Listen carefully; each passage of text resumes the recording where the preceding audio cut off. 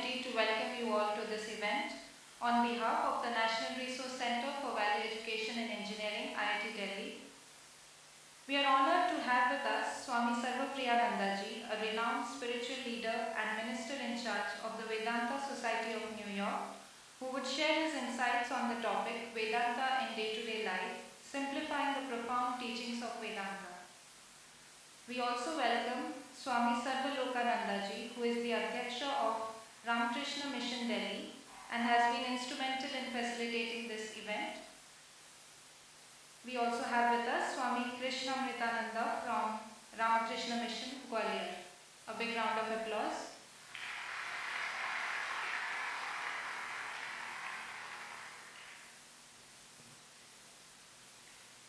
A sacred ritual to initiate important events is the lighting of a lamp, which signifies the triumph of knowledge over ignorance by dispelling darkness, and the invocation of divine blessings.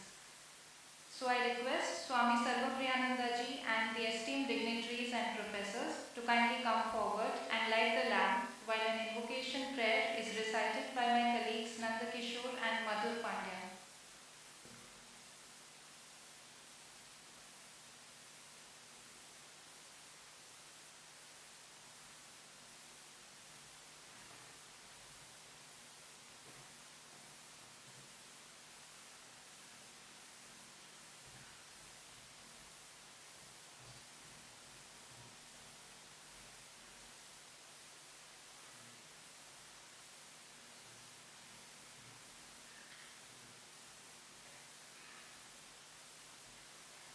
I request our Director, Professor Angad Banerjee, also to kindly come forward for lamp lighting, and Professor James Combs.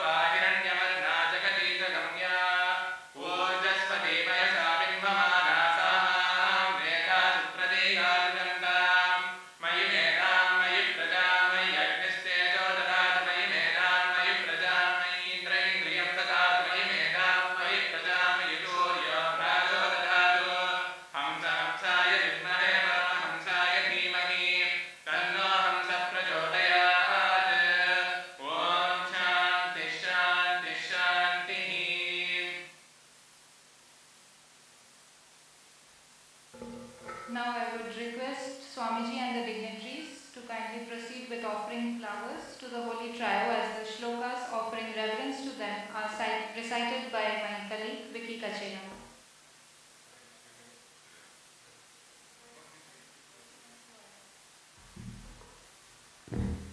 Om Vakratunda Mahakaya Suryakoti Samaprabha Nirvignam Kuru Me Deva Sarvakaryeshu Sarvada Ishvaro Gururatmeti Murti Bheda Vibhagine Vyomavad Vyapta Dehaya Dakshinamurtaye Namah Yam Nityamanandamanantamekam Shiveti Namna Shutayo Grihanti Tasyavataro Nararupadhari Kripa Sudabde Bhuvi Rama Krishna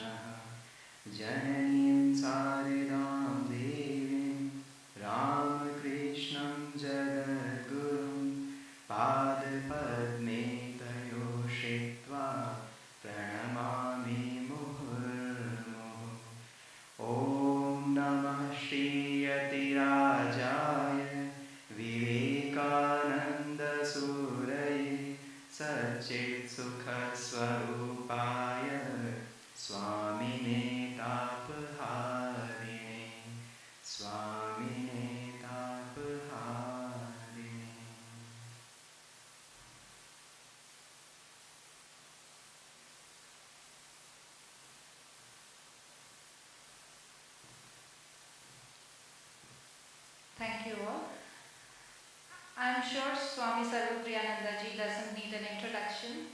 Nevertheless, it is my privilege to formally welcome him by saying a few words. Swami Sarvapriyananda joined the Ramakrishna Mutt in 1994 and was ordained as a monk, taking sannyasa in 2004. Over the years, he has served with deep dedication in several capacities, most notably as an acharya at the Monastic Training Center at Belur Mutt in India. He has also contributed significantly to the Ramakrishna Mission's educational institutions across the country and subsequently served as the Assistant Minister of the Vedanta Society of Southern California. During 2019 to 2020, Swami Sarvapriyananda ji was a fellow at Harvard Divinity School, furthering his engagement with the global academic community. He is currently the Minister in charge of the Vedanta Society of New York, a position he has held since January 2017. Today, Swamiji is recognized worldwide as one of the most prominent voices of Advaita Vedanta. His lectures and talks, shared across digital platforms, reach millions of seekers around the globe. He has been invited to speak at prestigious forums such as TEDx, SAN, and Google Talks, and has lectured at several leading universities, including Harvard University. Swamiji has also engaged in thought-provoking dialogues with renowned thinkers such as Deepak Chopra, Rupert Spira, Rick Archer, David Chalmers, and Sam Harris, bridging the worlds of spirituality, science, and philosophy. His participation in interfaith panels and global gatherings, including the World Parliament of Religions in Toronto and at the United Nations headquarters in New York, highlights his commitment to promoting universal understanding and harmony. Beyond his talks, Swami Sarvapriyananda ji is a prolific writer whose works make the timeless wisdom of Vedanta accessible to the modern mind.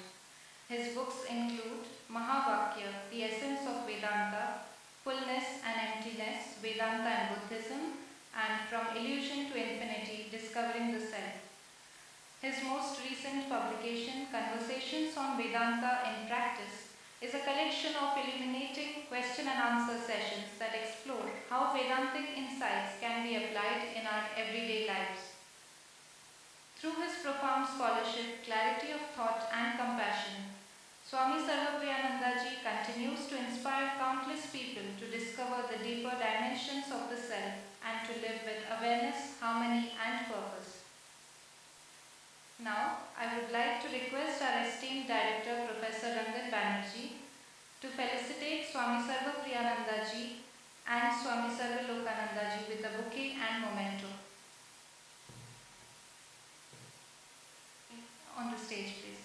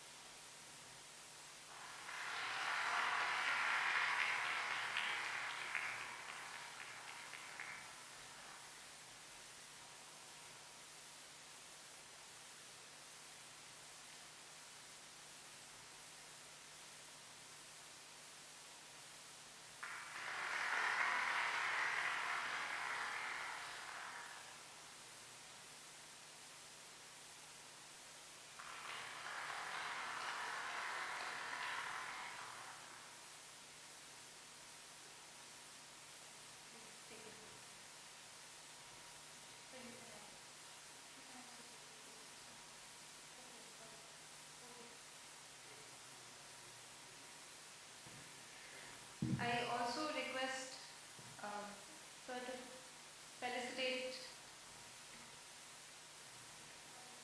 Swamiji, please, Krishnamritananda ji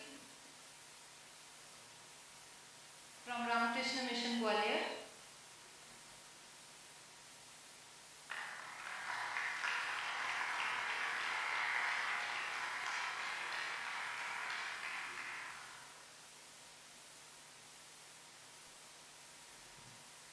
Thank you, sir. Now, without further ado, I request Swami with the talk.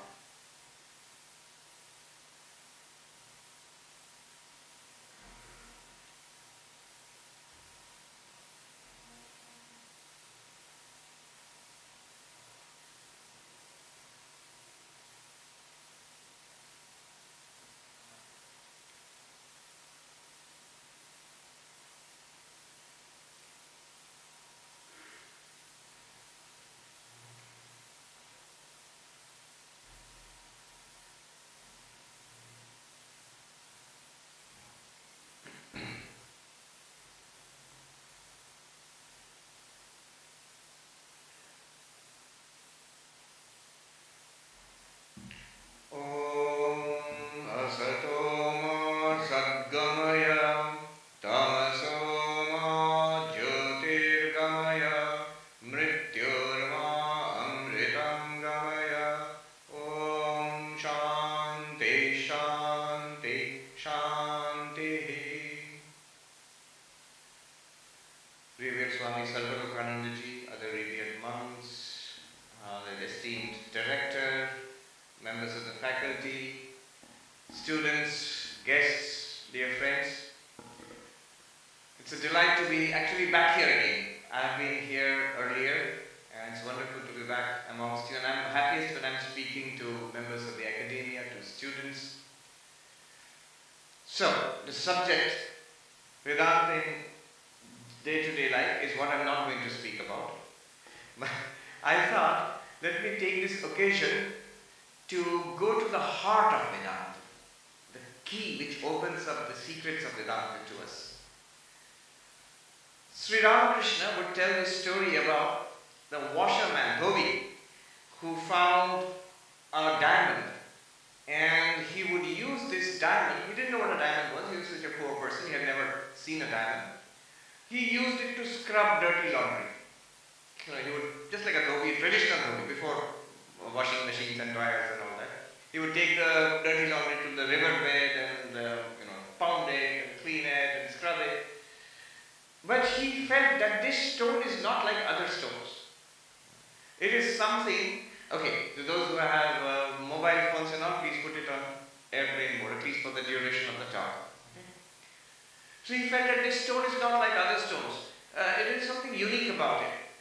And one day he went to his friend, the vegetable seller, and asked him, what is this? Do you know anything about it? So he's a sabji wala. He doesn't know much more than the dhobi. So he said, yes, it's a pretty stone. Give me 10 rupees for it. I'll give you 10 rupees and you give me the stone. Luckily he didn't sell the stone to the sabji wala, to the vegetable seller. And he went to somebody else. Finally he went to the diamond merchant, who told him that it's the most amazing, large, raw, uncut diamond that he has ever seen in his life, and I'll give you 10 crore rupees for it. And so all the poverty of the poor Dhobi was removed forever. This is the story, this is the parable. What is he talking about? He's talking about nothing other than consciousness, the Atman, in Vedantic terminology, our real nature, the self. But it's like a diamond, and just like the Dhobi, we have it. All of us have it, right now, all the time. But like the Dhobi, we do not know its real dimensions, its real value. What exactly it is, we do not know.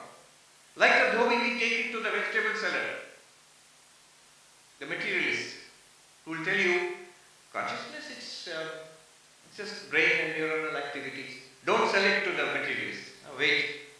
Go further, deeper. And finally, you come to the diamond merchant, who is supposed to be Vedanta, who will tell us what's the real nature of consciousness. And by knowing the real nature of consciousness, the Dhobi had to sell the diamond to get value for it. But here we don't have to sell anything. It is ours, it is us, it's our real nature. By understanding what consciousness really is and exploring it, we immediately get the benefit. Like the Dhobi, whose wants, whose poverty was removed forever, our suffering will be at an end and we will attain fulfillment by knowing our true nature, the true nature of consciousness. In Vedanta, consciousness and self are identified. So if you know the true nature of the self, you want to know who am I, what am I, you need to investigate, we need to investigate consciousness. This is the background. By knowing yourself, we transcend sorrow, we transcend suffering.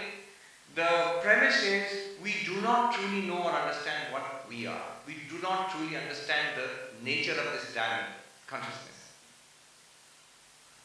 What I propose to do today, a little later I'll start that, is this exploration of consciousness. After all, if the diamond is already there, we can surely be introduced to it, we can surely appreciate its value. And why wait? Why wait 20 years later? Enlightenment, this life, next life. Why not now? Why not here? At least an intellectual appreciation of what consciousness is, at least according to Vedanta. So that will be the endeavor today. I will speak. Yes, it is a lecture, but it's also experiential. It is a kind of experiential knowledge. What I mean by that is this. There's some kind of knowledge. For example, if I want to know about the Himalayas, I can read about it, I can research it on the net, I can see pictures and videos. So that's a kind of knowledge. But I still have not experienced the Himalayas until I go to Uttarkashi, to Gangotri, Kedarnath. Then not only do I have knowledge, but I have experience of the Himalayas. That's because the Himalayas and us, we are distinct, we are different, we are separated. You have to go there to experience it. Sometimes it's a journey in time or it's a journey in space, go from here to there. Sometimes you have to wait for it. What is old age like? For those who are not old yet. So you may read about it, philosophers may talk about it, doctors may tell you about it, but then we have to wait until. There was this story about, it's a New York story about rabbis in a Jewish community. So a young rabbi was posted to the community and they complained to the chief rabbi, he's too young to be a rabbi. Rabbi is the spiritual leader. He's too young to be a rabbi. And the chief rabbi wrote back, you are right, youth is a great defect, but give him time. Ho jayega, buda ho jayega dheere dheere. So that's a journey you have to wait, you have to move in time, not go from one place to another. These are journeys in time and space. But when the reality is you yourself, you don't have to go anywhere, something which is right here. So suppose I do not know who the director of IIT Delhi is. I am looking at Rangan Babu directly here. And then somebody points out, he is the director of IIT Delhi. Then I realize, oh, so you are the director of IIT Delhi. Now see, my experience was already there. Now new knowledge has been added. So this is the person. Similarly, when something is already present, something is already being experienced, what Vedanta does is, like the diamond merchant, it tells us what it really is. If that is so, it should be possible for us to be introduced to it right now, right here. You might say, if you are the diamond merchant, Swami, introduce us. We have got a diamond, introduce us to it. So that will be the experiential knowledge which we will have in the course of this discussion.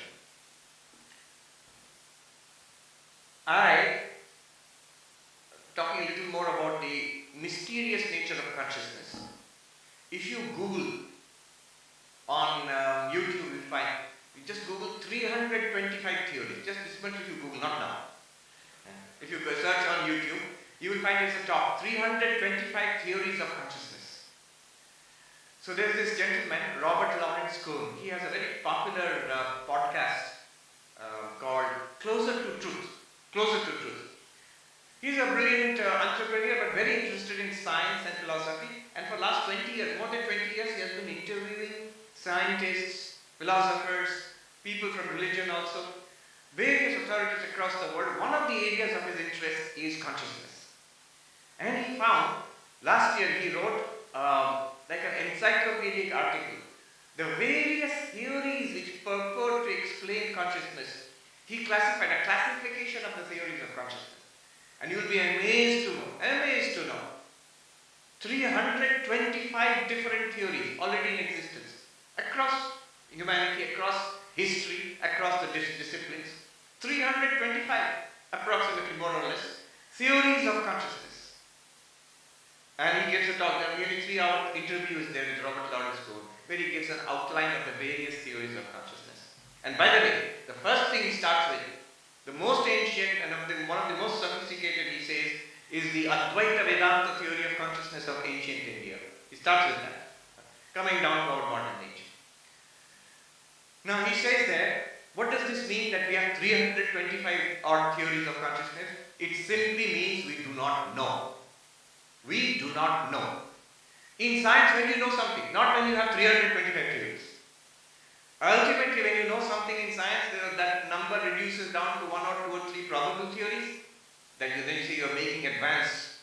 And then, when you settle peer-reviewed science, settle on one theory. For the time being, that is the explanation of a phenomenon.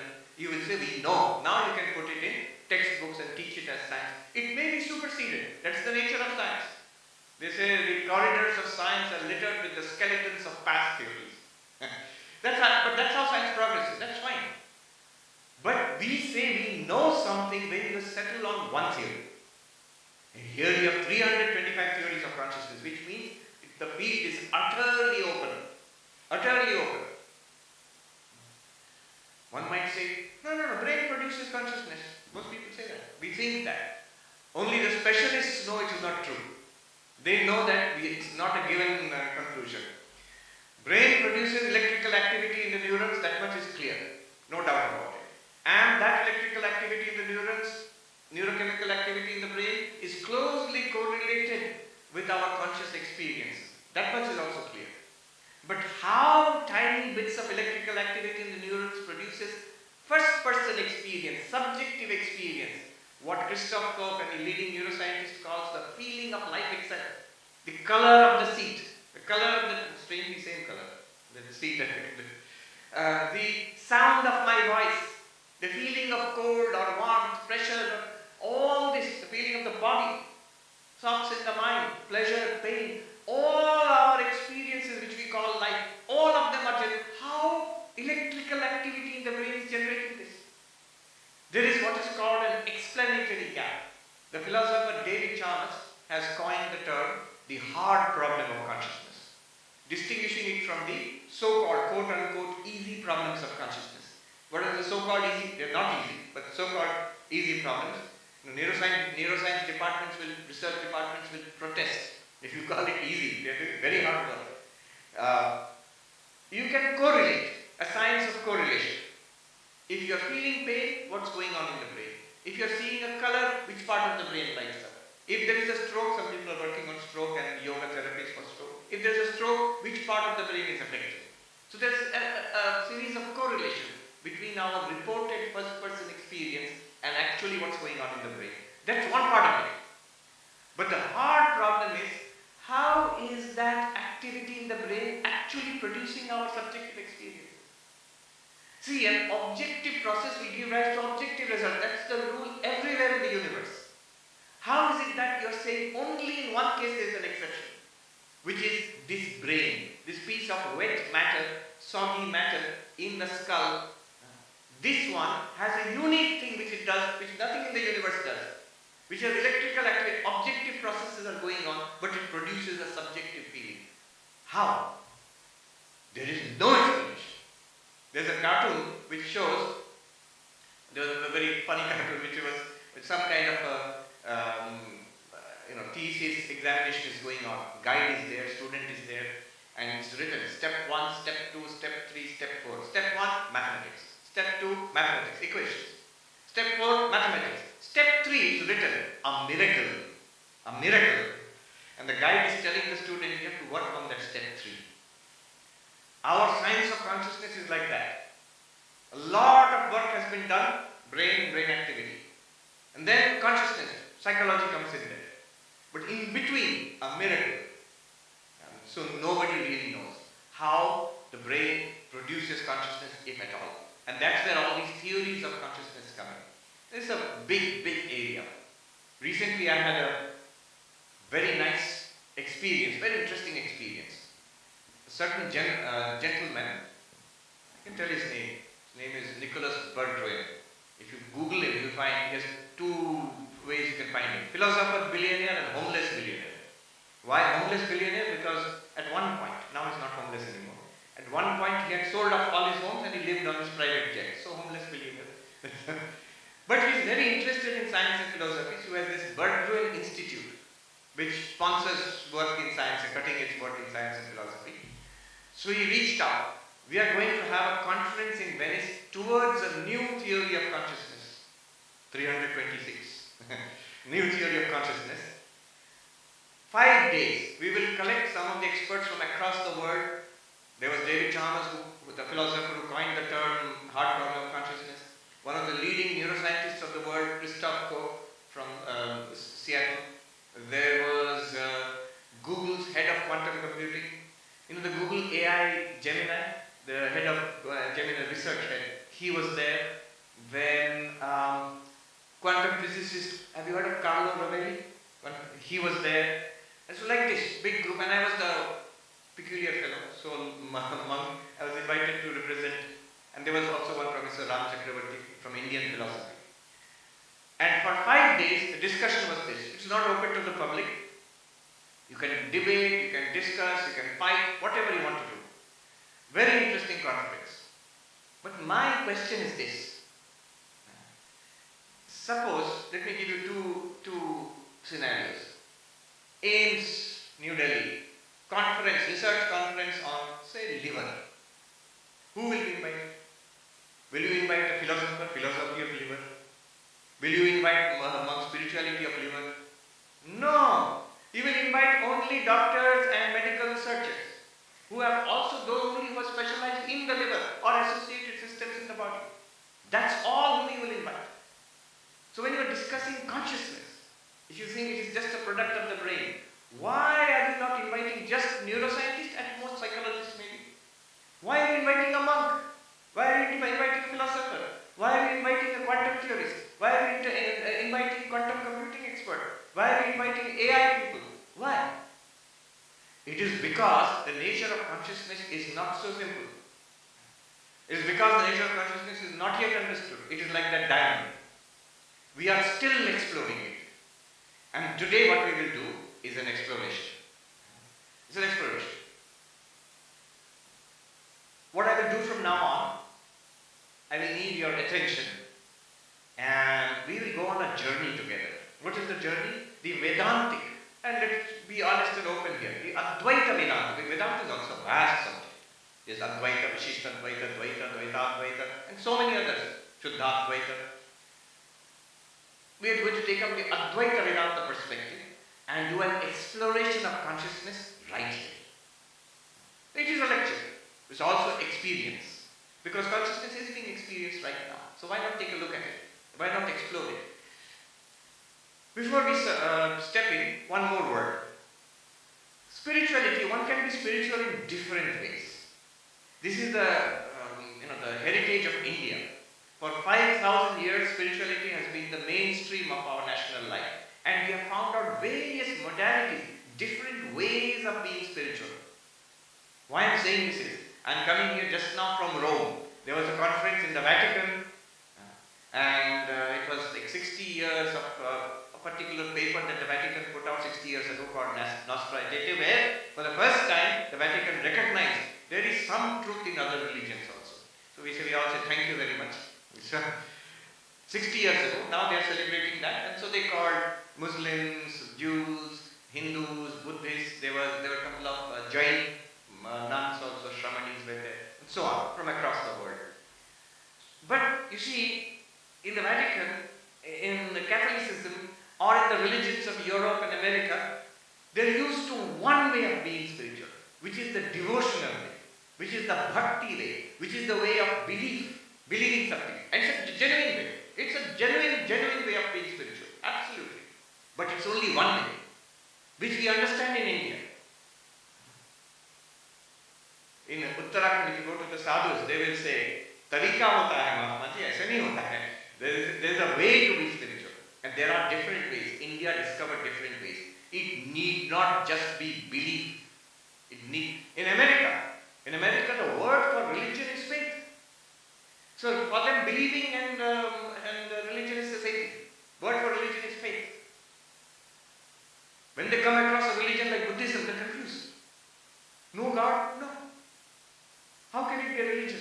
I remember in the Vatican conference, one professor, she was saying, she said, in front of the Buddhist, there was one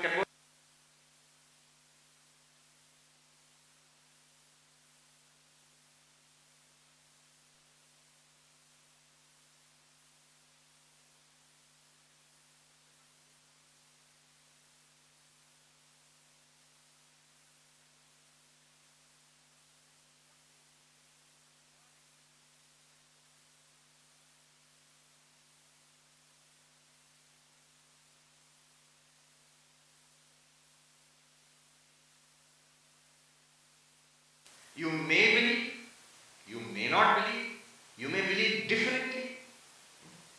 Practical approach, so many religions are there. Differently. We all believe, but we believe differently. Not yours. In different way. Now the skeptics.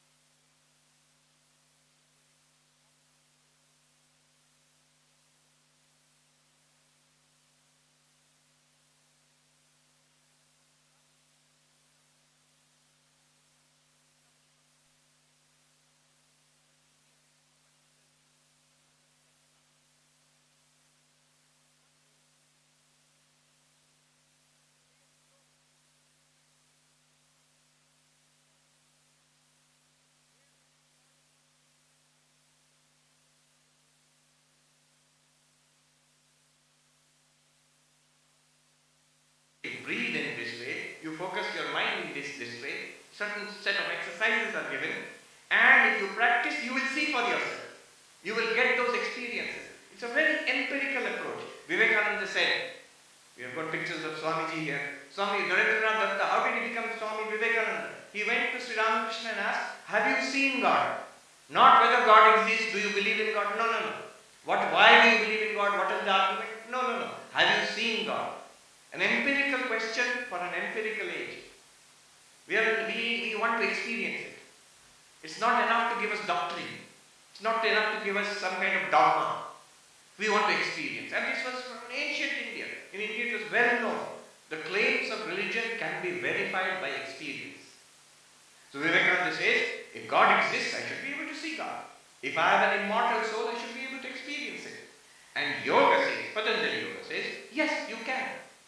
If you practice these things, you will get certain extraordinary experiences which will justify, which will show you that the claims of religion are true. You will experience God. Sri Ramakrishna had visions of Kali. So, mystical experience, that is dusra tarika. First one, like Pairavala kya? Faith, belief, vishwas. That's fine. Second, mystical experience, way of experiencing through certain exercises, certain practices which we call sadhana. And sadhana is a vast field. Here also there can be a problem. Can be. The problem will be you are having those mystical experiences, but the rest of us are not having it.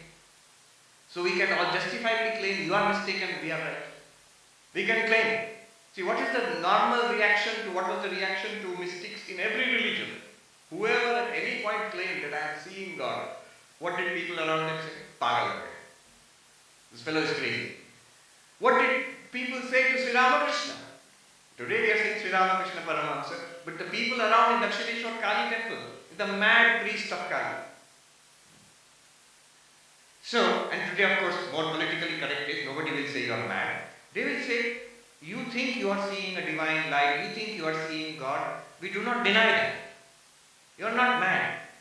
It is just there is a tumor in the brain which is pressing on some part of your nerves in the brain which is generating this and you feel you are seeing it. It's a neurological problem.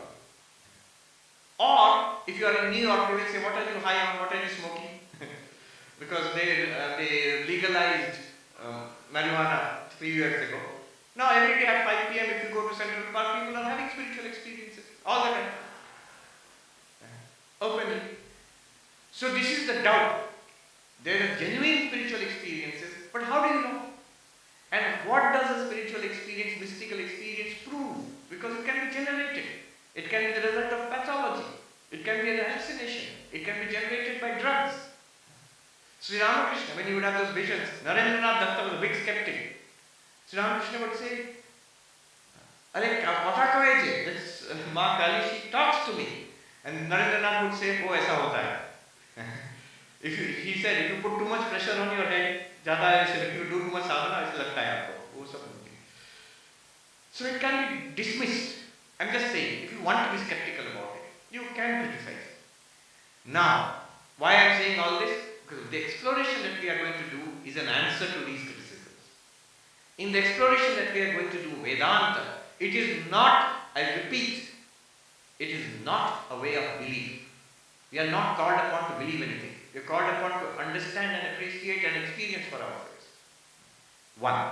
Second, it is also, this is something many people miss, it's not a way of extraordinary mystical experiences.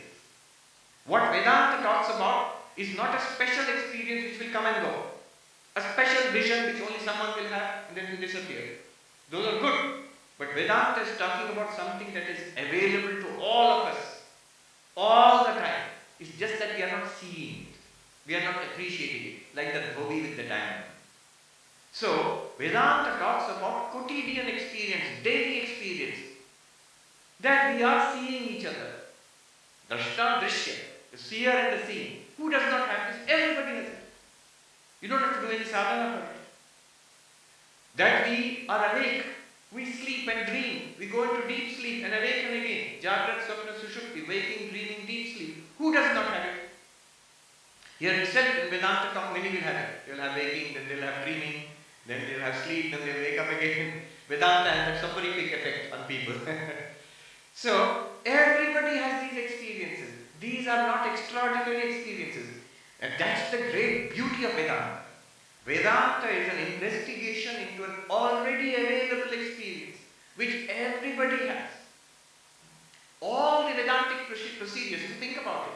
Those who many years study Vedanta, think about it. Avasthatraya vichara, waking, dreaming, deep sleep. Panchakosha vichara, physical body, annamaya, pranamaya, and all of that. Dridrishya viveka, all of them are about daily experience. There is nothing here which is extraordinary or mystical. And that's the grand royal way of Vedanta. Often we go around the roundabout ways, but the highway is here. Something that is available to us now without any effort. We need to take a look at it and an inquiry into our daily experience. It's an inquiry into the diamond which the dhobi possesses. Only the dhobi thought it's a rock. And the diamond merchant shows him it's a diamond and introduces him to the real value of that diamond. We think it's a snake, but it's actually a rope. So we will investigate now. I have not started yet. Now I'm going to start.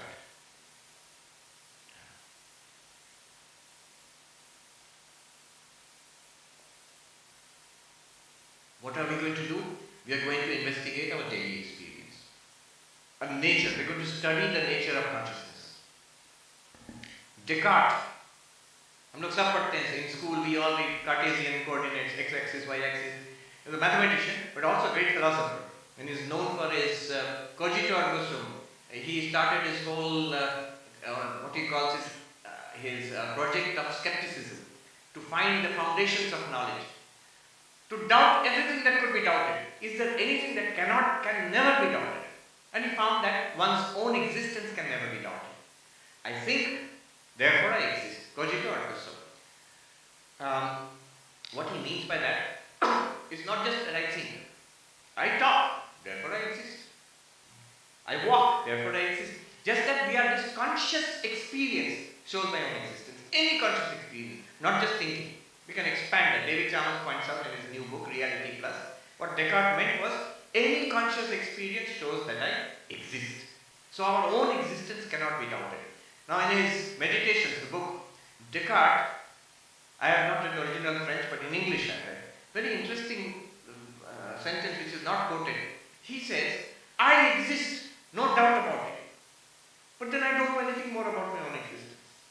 That which exists without any doubt, but I don't know anything more about it. His exact language is very beautiful. He says, it is passing strange that which I am absolutely sure of, I know nothing about. And that which I know so much about, I can never be sure of that. What do I know so much about? This world. I know so much about it. Nowadays we know much more than Descartes. It was more than 300 years ago. We know so much about it. But are you sure about anything here? No. It's a Matrix movie bhi ho sakta hai. How do you know? That you are not dreaming, or it's a virtual reality. Even our understanding, scientific understanding, continuously. Falsifiability, we are moving deeper and better understanding. So, That which I am sure of, I know nothing about it. And that which I know so much about, I can never be sure about it. But what Vedanta, where Descartes stops, he stops there and goes on. But where Descartes stops, he does not further investigate that who am I. Vedanta starts there. And that starting at that point we will start. So what I want us to do is relax, put the phones away, don't get distracted. Don't worry, I am not going to make you chant Om and deep breathing and nothing like that. But one or two deep breaths are nice. Relax. And now attention. Listen carefully. We are going on a journey. What do I want us to do? Vedanta has 3 steps. Listen, understand and check. Question. What did he say? I must first be able to, what did I read or what did I hear? So what did he say? Question 1. That is what Vedanta calls Shravana. Second, do I get it? Do I understand it? I know what you said, but do I understand it? Again, what I am saying, none of it is difficult to understand. It's very simple. Third, is it real? Check in your own experience. Because it's experiential knowledge, you'll be able to check. Is it real? Is it a fact? I remember last time I was in India, in one of our ashrams, I gave a talk on Vedanta. After that, one lady, Q&A. By the way, we'll have some Q&A after this, so there will be time for that. One lady came up, very, agitated. First question. She said, all this is nice, it's all theory. I said, madam, nothing I have said is theory. If you understand it clearly, it's already a fact now. That Bobby, if you tell him about a diamond, he says theory. Is it a theory? No, it's a fact. He actually has a diamond. So nothing I have said is a theory. It's in fact a fact, and you can check it right now. So, one way of misunderstanding Vedanta is to think it's a philosophy, it's speculation, it's a theory. We have. But the core of Vedanta is already a fact, and the most amazing fact. And I would like us to appreciate that. So, we start on this journey. It starts very simply. 3 steps. What did he say? Do I understand what he said? Is it a fact? So listen carefully. See, do I get it? Yeah. And check in your own experience. Nobody can do it for you. We all have to check in our own experience. Is it a fact? And I'll start with the easiest facts, which everybody will have to say, yeah, it's it. That's true. The simplest way. Start with, we are aware. Not in any technical sense. In the common sense in which we use the word aware, conscious. They are all aware, they are conscious. When we see something, we are aware. It's a conscious experience. I am seeing you all. This is a fact, but this is all in my consciousness, in my awareness. I am aware of seeing all of it. Not that I am thinking about it, but it's an experience. It's an experience in consciousness. Whatever I see, that awareness is there. The things that I see are continuously changing. If I rotate my head from there to here, the things that I've seen have changed. My eyeballs have moved. Internal processing has changed. But the awareness is constant. Somewhat like a light shining constantly. It is revealing to me. What is that awareness doing? It's giving me first person experience of seeing. What I am seeing is changing. Who I am seeing is changing. And therefore my experience of seeing is also changing. But the awareness, the consciousness which makes it possible, the claim is, that is one and the same. And even more dramatic, if I close my eyes and just listen, I will hear sounds. Now, the experience of seeing and the experience of hearing are so different. Just check it in your own experience. Now, this is seeing. This is hearing. They're so different. It feels different. And yet, claim is, it is the same awareness which experiences seeing, it's the same awareness which experiences hearing. Let me go further. Whatever we see, hear, smell, taste, touch, the 5 sense organs and their modalities, all of them are lit up by one light, one consciousness, one awareness, giving me variety of experiences. Swamiji, but defining experience, you are speaking about consciousness and experience, please define it. We are engineers, we are scientists. Alright, here's the equation for you. Consciousness plus object is equal to experience. C plus O is E. Fit your experiences into it. I am having experiences now. These are the objects of experience, and I am aware. To me, the awareness through my sense organs, I am able to experience all this. Experiences keep changing because the objects are changing, but awareness is one and the same. This is the claim. You can argue here. Remember, we have had a huge past of tremendous philosophical argument and inquiry. The Buddhist will stop me here. So how do you say consciousness is one? Objects are changing, experience is changing, consciousness is also changing. Buddhists will say Vivekananda. Consciousness is momentary. Every experience is momentary. The objects appearing are momentary, and the consciousness which experiences them is also momentary. It arises and falls. It's a series, a discrete series of flashes. The Vedanta has an answer to that. Just giving namuna example. So consciousness is discrete, it comes and goes. Buddhists say yes. One school of Buddhism, Vivekananda. Yes. So there are discrete flashes of consciousness? Yes. If they are discrete, in between there must be a gap? Yes. Is that gap known or unknown? If it is known, then consciousness is there, then consciousness is not discrete. Because known means experience. Is the gap between two flashes of consciousness experienced or not experienced? If it is experienced, that means consciousness is there, because experience is consciousness plus object is equal to experience. If the gap between flashes of consciousness is not experienced, then why talk of it at all? If it is unknown and unknowable, then don't talk about it. If it is known, then consciousness is there. Therefore, consciousness is not discrete. So I say, these are just an example. But my point here is, consciousness lights up all our sensory experiences. Seeing, hearing, smelling, tasting, touching, going forward. Internal. Let us look internally now. Actually try it. Sensations, thoughts, emotions, ideas, memories, desires, and intellectual understanding, comprehension or incomprehension, all are going on internally. These are not sensory. These are internal mental processes, what we call manas and buddhi. Those are going on. But all of them are experiences. And they are all different from each other, but they are all being lit up by consciousness. The very fact that we are experiencing our mind and intellect and desires, who can deny it? That means consciousness is there. We are aware, we are conscious. The same consciousness which gives us this brilliant sensory display of the world is also gives us our private, inner, first-person life. Mental life, intellectual life, emotional life, internal. Going forward, we work, we sit, we walk, we talk, we play, we work, we travel. All our physical activity with our motor organs, hands and feet and tongue, all of these are also experiences. And they are also lit up by consciousness. Same consciousness lights up all our actions, a world of activity, work and play. In fact, our entire waking life, our entire dream life, our entire deep sleep, big question there. Is there consciousness in deep sleep? Is there consciousness in general anesthesia? Is there consciousness in coma? There is some evidence that there is a kind of basal consciousness in deep sleep and coma also. I'm giving you a scientific, what I've heard from scientists. And amazing new discoveries are being made.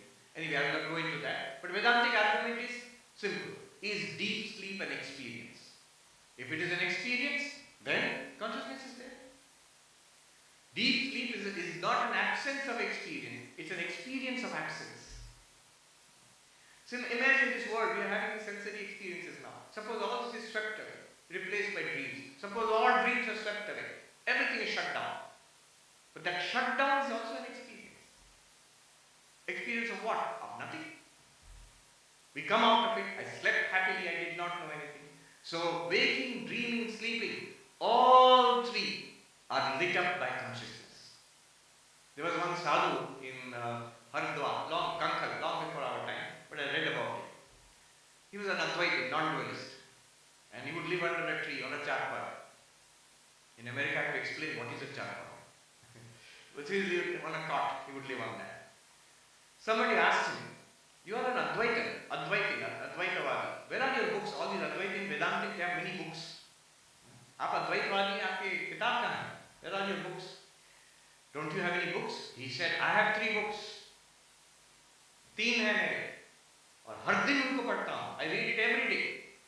The 3 books are called Waking, Dreaming and Sleeping. And they all reveal to me कि मैं साक्षी हूँ, तुरीय हूँ. हर दिन उनको दिखाता है.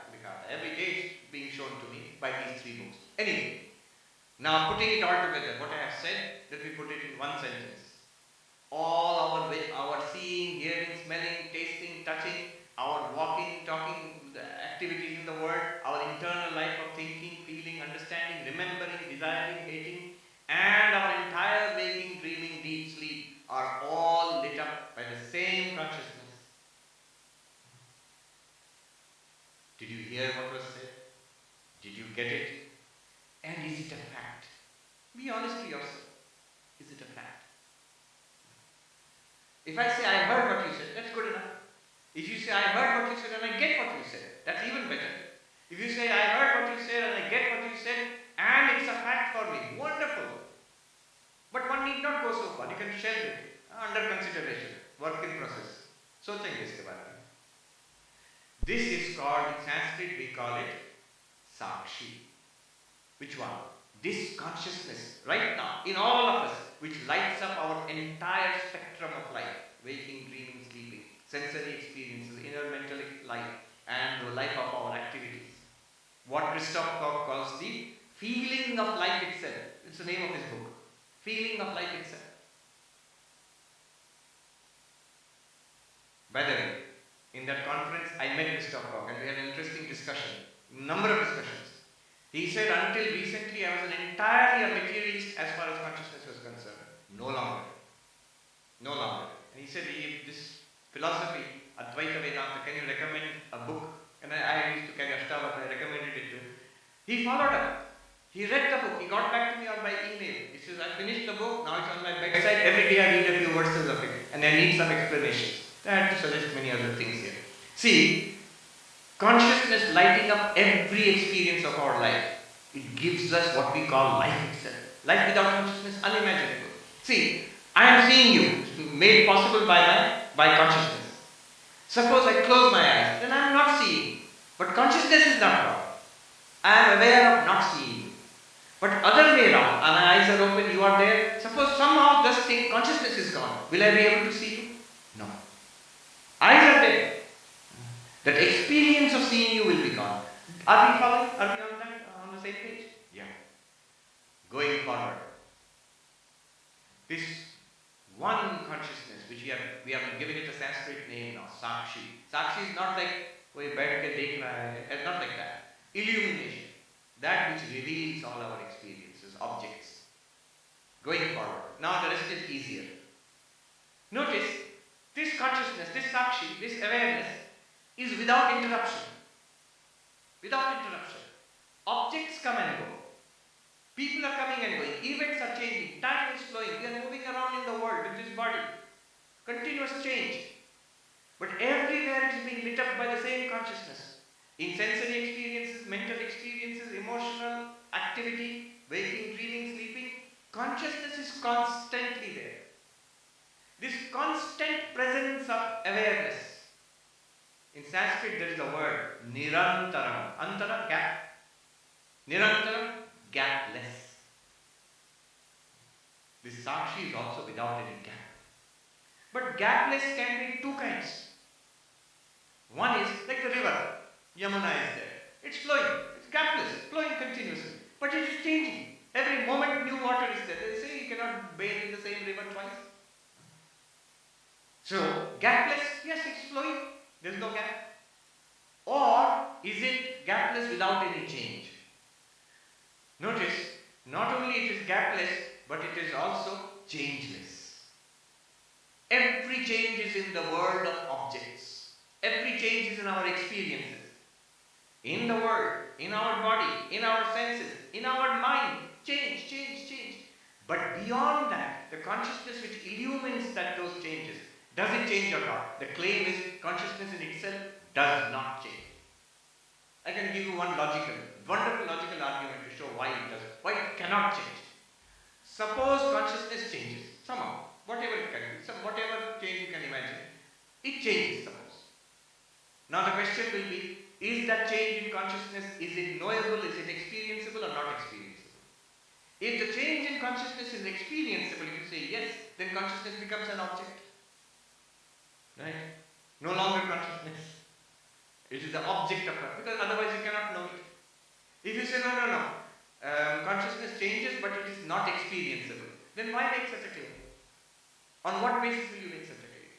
So logically speaking, and many other arguments can be given also, consciousness is not changing. It is continuous without change. This continuous without change is called nirvikara.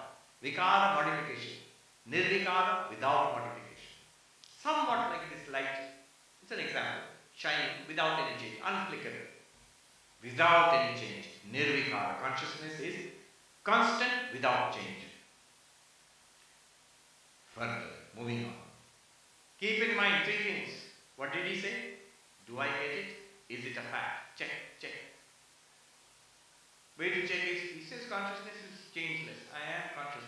Have I ever found a change in consciousness? Mind will say, why? After a cup of coffee you feel more alert, more conscious. After Vedanta lecture you feel less conscious. So consciousness has changed. But no, Vedanta will say if you have experienced more alertness, less alertness, those are in the mind. It is the mind which becomes more alert. It's the mind which becomes sleepy. It's the mind which falls asleep. Consciousness reveals all of them. In fact, that clearly distinguishes mind from consciousness. So it is nirvikara. Consciousness is without change. Further, moving on. Consciousness is not only without a gap, not only without change, it is ever the same. This is a Sanskrit word, samaha. It means homogeneous. They give the example of seawater. Wherever you taste seawater, salty. There, salty. There, top, bottom, middle, salty. What is consciousness? It's of the nature of illumination. What else? That's it. It exists, it shines. It is same. This means something very interesting. Our experiences, the objects of experience which we experience, they do not enrich or impoverish consciousness. Our mind may be enriched by IIT education. Our mind may be impoverished by mindless browsing online. But consciousness is ever the same. It illumines, it reveals the enriched mind, it reveals the disintegrated mind also. Consciousness is not elevated, degraded. It is ever the same. Samaha. Note, check. It's right there, it is your diamond. Does it increase in value or decrease in value? Samaha. Putting them together, first big application will come. Tremendous application. This consciousness, which we are talking about now, Sakshi, Nirantara, Nirvikara, Samaha.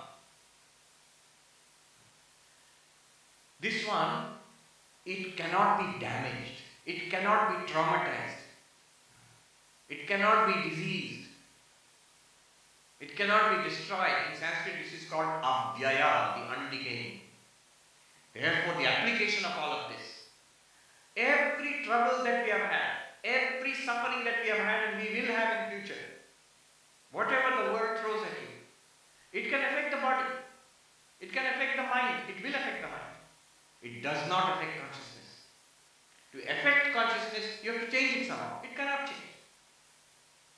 It is ever the same. And it's samaha. Therefore, consciousness being nirvikara, it is not subject, old age, disease, death, body, unhappiness, anxiety, fear, depression. Somebody was coming, one of the top entrepreneurs of India, a superb, successful person in his life, and wonderful. I am afflicted by fear. I am not able to overcome this. You are not afflicted. The mind is afflicted by fear. मन तो है नहीं, उसको तो ठीक करना. Wait. धीरे धीरे. Wait. There is something in you which is not afflicted by fear. That consciousness, which was there before the fear, during the fear. It is because of consciousness you are able to experience fear. Even the experience of fear shows consciousness which is not affected by fear. How amazing this Vedantic logic is, topsy-turvy. They have a word the Jews in New York have a word, chutzpah, which means great boldness, cheekiness. Consciousness, you are conscious of depression. Yes, I feel depressed. Therefore you are not depressed. What do you mean? This is ridiculous. No. If you feel depressed, if you feel unhappy, then unhappiness is an object which is revealed by consciousness. If it is an object, consciousness is not unhappy. Consciousness reveals an object. It is distinct from the object. And the proof of that is every object comes and goes. Every feeling comes and goes. Consciousness does not come and go. In fact, consciousness reveals the rising and subsiding of those feelings. Ashtavakra sings, Udetu astamayatu name vriddhi navakshati. In the waves of this life, in samsara, let the waves of life rise and subside. I am neither increased nor diminished. I am neither enriched nor impoverished. I am name vriddhi navakshati. Me, me, which me? Not the mind. Mind is getting affected. Me, the consciousness. Yejo Chetan, this consciousness which illumines the depression in the mind, it is not depressed. The sun which reveals the dark clouds, the sun does not become cloudy. The sky becomes cloudy, and the sky becomes clear. Mind becomes cloudy, mind becomes clear. Consciousness reveals cloudy mind, clear mind. Depressed mind, happy mind. Consciousness is free of that. This is called abhyaya. Free of the problems of the body, free of the problems of the mind, not by effort, not by your sadhana or my sadhana. These are small things. It is free by its very nature, choicelessly. If you want to affect consciousness also, you cannot affect it. What did he say? Do I get it? Is it a fact? If it's a fact, it's a big challenge to us. No more unhappiness. You will say, but no more happiness also, Swami. Happiness, unhappiness will come and go in the mind. Consciousness by itself is a very beautiful word in Sanskrit, prashant. It is that peaceful, blissful background in which the waves of the ocean will keep on playing. You can't stop it.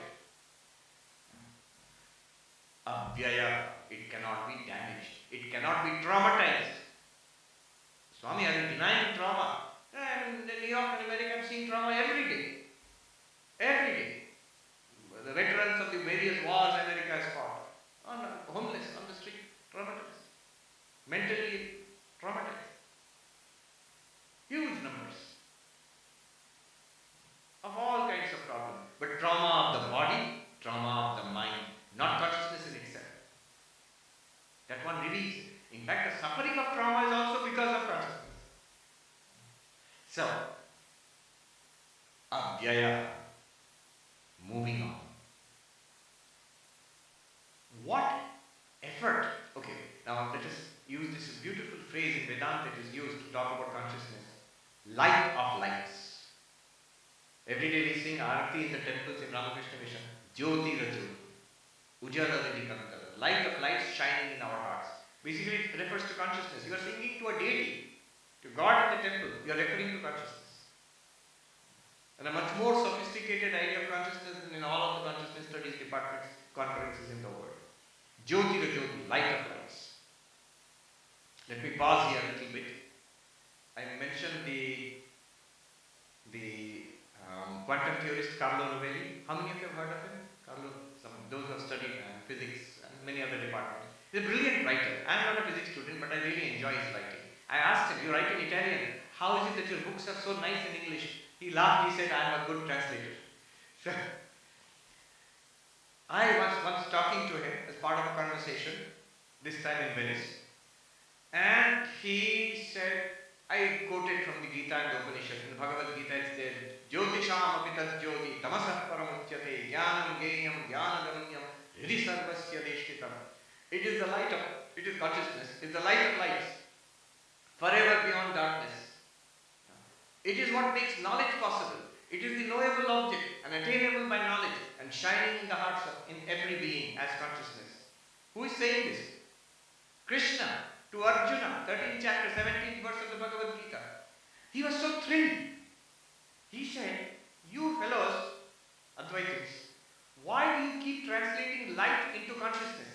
Whenever we read Jyoti in Vedanta text, we say it means consciousness. Prakasha means consciousness. But Prakasha Jyoti actually means this light."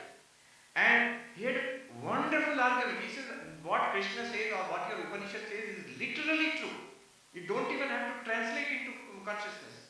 And then he showed me, he was standing there on the bank of the Mediterranean in Venice, and he gave an argument from his interpretation of quantum theory. And remember, he's one of the leading quantum theorists in the world today.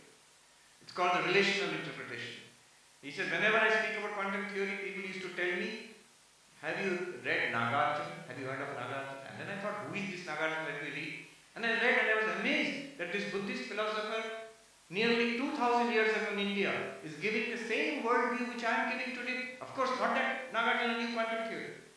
But through philosophy and meditation, he comes to an understanding of the world as a network of relationships. And he says, that is my worldview today, through quantum theory. And then he shows the connection between what we call light and the electromagnetic spectrum, and then how these are all quantum interactions. And through quantum interactions, all the objects in the universe and their properties, he says, they are the result, they don't exist by themselves. They are a result of quantum interactions. That's his theory. He said, "Swami, this universe we are in, this is literally light shining. Literally. And this is one very plausible interpretation of quantum theory." And then he said, this is the thing about scientists. I don't understand. You should write a paper.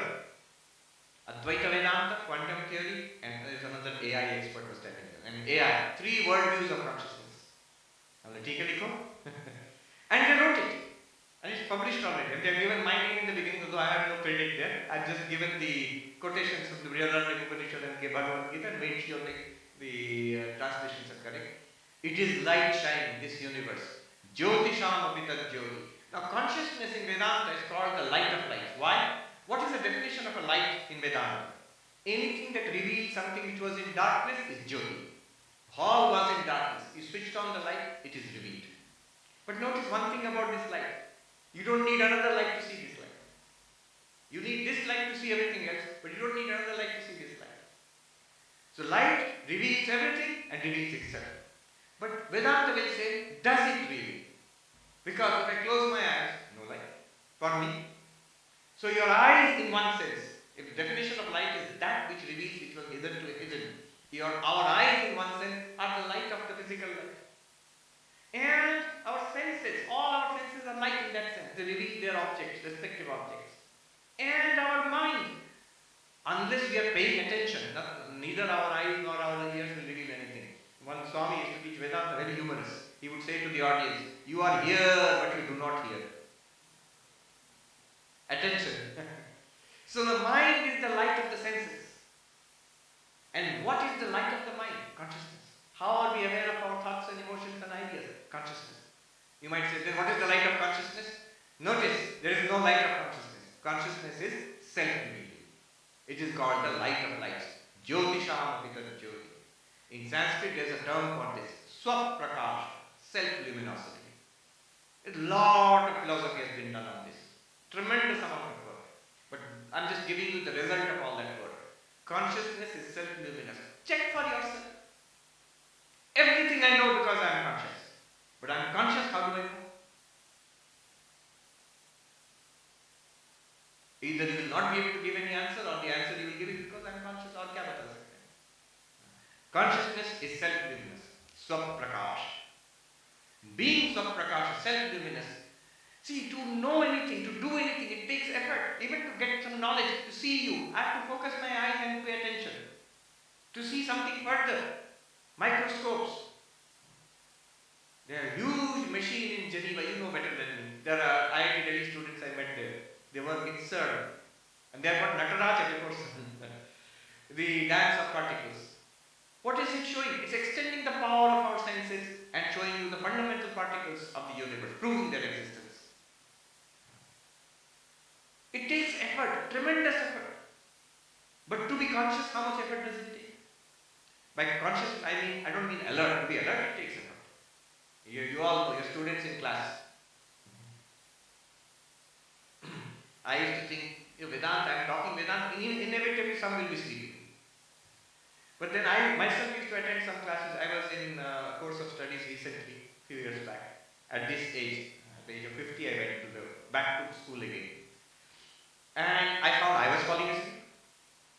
In the beginning of the lecture, a little bit, few minutes, and then you become awake again, it's fine. And then it's alright. So, theek hai, koi baat nahi. But consciousness itself, no effort is required. This effortless, and you try to stop being conscious, you cannot. You might say, what about general anesthesia? One injection, you're knocked out, consciousness. That's the big argument. Is general anesthesia the experience? Is it an absence of experience or an experience of absence? If it's an experience of absence, then consciousness is there by logic. Anyway, so consciousness is also choicelessly, effortlessly, instantaneously present all the time. This is called aparoksha, immediate, direct. Putting it together. Now we are almost at the end. Putting it together. This sakshi, witness consciousness, which is the luminous thing which reveals all our sensory experiences, our physical activities, inner mental life, waking, dreaming, sleeping. This sakshi, it is nirantara, unbroken consciousness. Remember? It is nirvikara, unchanging consciousness. It is samana, always the same, homogeneous. In Sanskrit and Hindi they use the word ekaras. It's always the same. And it is undamaged, untraumatized, unimproved also, undegraded also. In Sanskrit, abhyaya, undecaying. And this one itself is jyotira jyoti, swaprakasha, self-luminous. And it is aparoksha, directly, constantly, choicelessly, instantaneously available to us, all the time, free supply, 24/7. Always available to us. This one, final word, Sanskrit, what I will unload on you. In Sanskrit, this is called Atma. Atma means self. In Sanskrit, in Vedanta, this is the Atma. Atma means what? Till now, we do not argue when someone says you're conscious, we say, yeah, of course I'm conscious. But what we mean is, I'm a body, mind with consciousness. Sometimes I'm conscious, sometimes not conscious. This is what we mean. Vedanta is forcing us to a position, is arguing, trying to force you to a position using logic and experience. What logic? What I've just given you. What experience? Your own experience. It's an interpretation of your experience. To the position, not that I'm body, mind with consciousness. I am consciousness with a body. This is called Atma. I am consciousness. This is not all of Vedanta. I'll stop here. The next part of Vedanta is, this Atma is what is Brahman, the reality of this entire universe. That, you can take Carlo Rovelli's bridge to it. The universe is light shining. I will not go into that. This Chaitanya, this Atma, consciousness, Sakshi, Nirvikara, no, I missed one. Nirantara, see, I will test you. At least somebody is listening. Sakshi, the witness consciousness, Nirantara, unbroken, Nirvikara, the unchanging, Samaha, ever the same, Abhyaya, undecaying, undamaged, untraumatized. I want us to say, even in our worst suffering, mental suffering, sick in the ICU, at that time also I want us to say, Chetan ki drishti se to theek hai. Because of Chetan only I am experiencing this suffering. So, Abhyaya, Swaprakasha, Aparoksha, all of this is our exploration of consciousness. Descartes would be so happy. He said, I don't know anything. Now you know so much about it. 1,000 years before Descartes, it's some ABCD of Vedanta. Any Vedanta textbook, they will first of all introduce you to these concepts. This is the greatness of the Vedantic approach. This is your real nature. This is the diamond. So, okay. We'll stop here. I will do एक शांति बोलेंगे, उसके बाद I'll sit there and question, challenge. Remember, our ancestors for nearly 2,000, 3,000 years, they challenged these claims. And it led to a wide variety of views. It's not that India has one theory of consciousness, many theories of consciousness. Sankhya, Vedanta, Vivekananda, Shunyavada, the other schools of Vedanta also have their theories of consciousness. But all of them are amazing. I feel Indian philosophy has gone through three periods of debate. Three golden periods. One was the initial golden period, the post-Vedic, when the darshanas arose, the age of the sutras. Brahma Sutra, Yoga Sutra, Nyaya Sutra, Vaisheshika Sutra, the codification and the philosophic systematization of Vedic knowledge. That was the first golden age of Indian philosophy, darshana. Second golden age came when the Buddhists challenged the Vedic philosophies. On one side you had Yogachara, Vijnanavada, Madhyamaka, Shunyavada, Vaibhashika, Sautrantika. Other side you had Nyaya, Vaisheshika, Mimamsa. Advaita is a Johnny come lately, bachcha hai, compared to these. Kumarila Bhatta, Mimamsaka.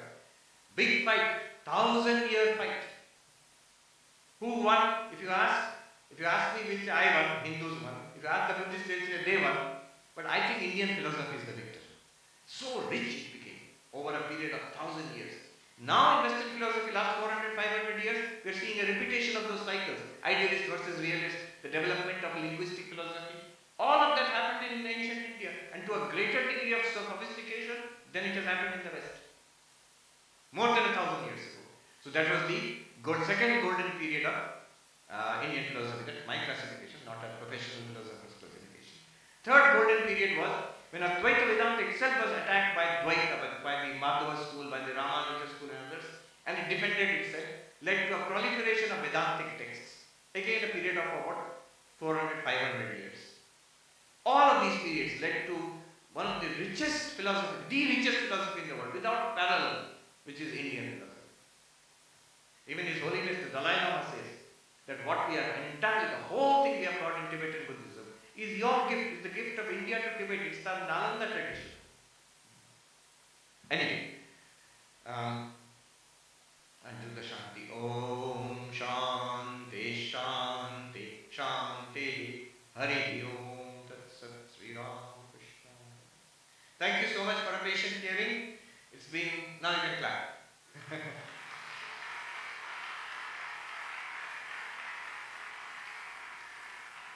You have been a wonderful, wonderful audience. I know, I've been teaching for more than 30 years now in various forms, and I know when somebody is listening and somebody is not listening. You're listening, you're getting it. Did I hear what he said? Did I get what he said? At least that much. Is it real? If you can say it's real, you're enlightened. Congratulations. So very close to enlightenment. Sure. I'll sit there and we'll take some questions. How will we do the feedback?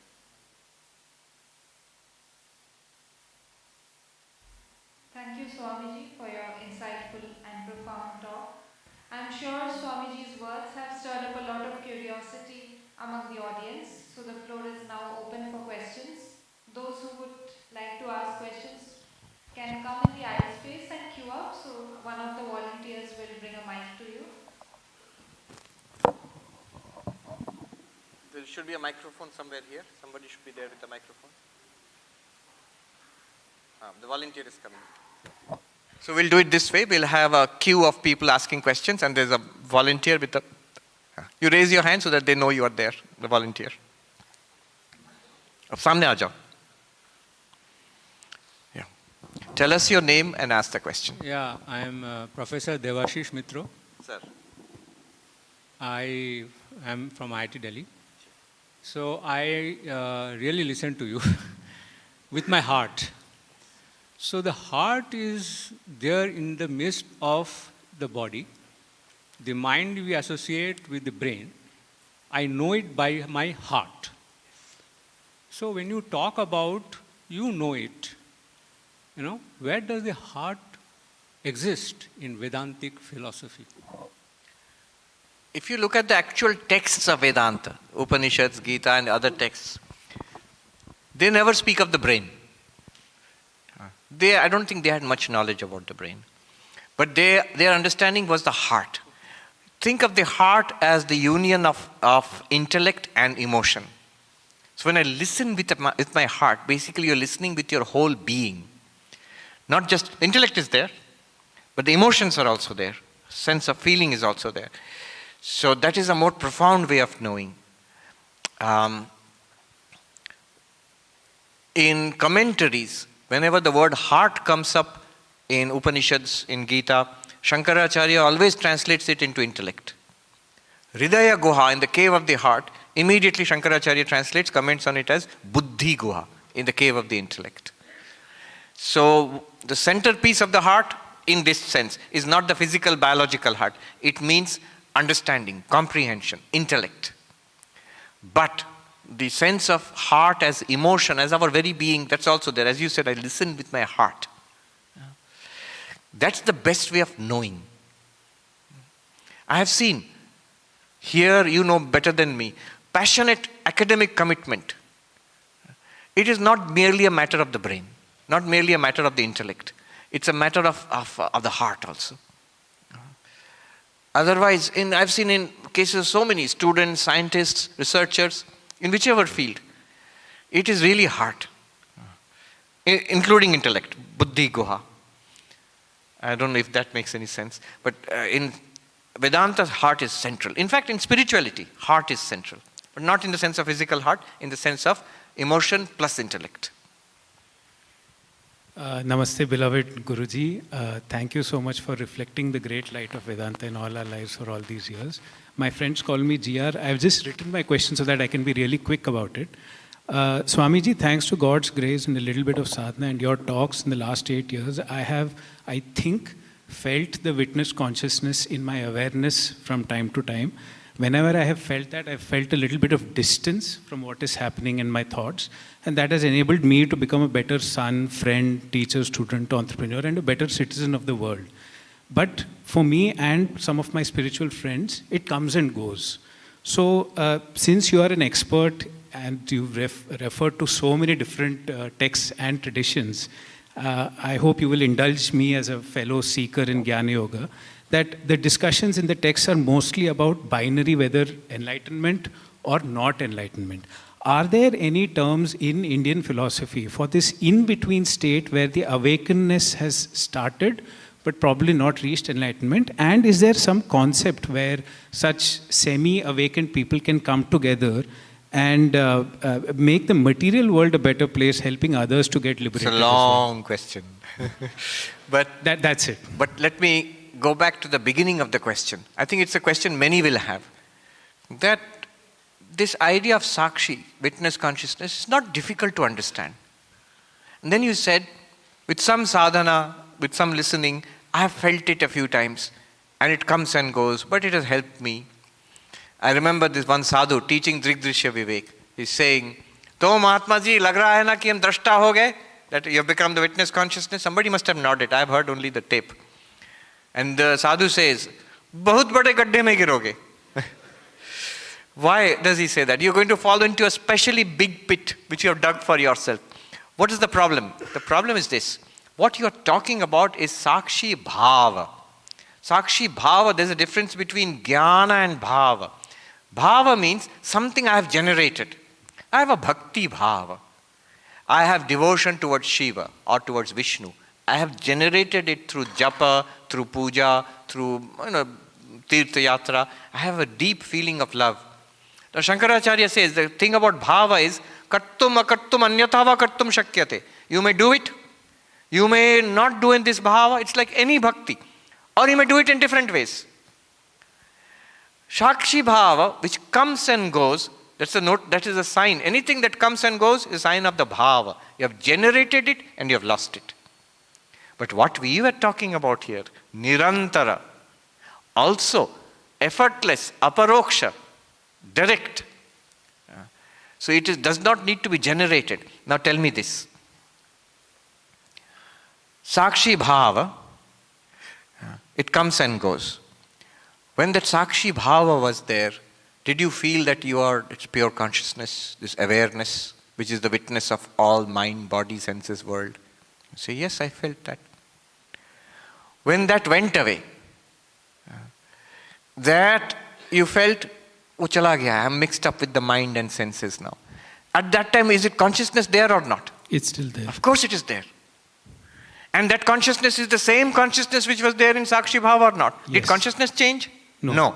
Then what changed? Mind changed. Yes.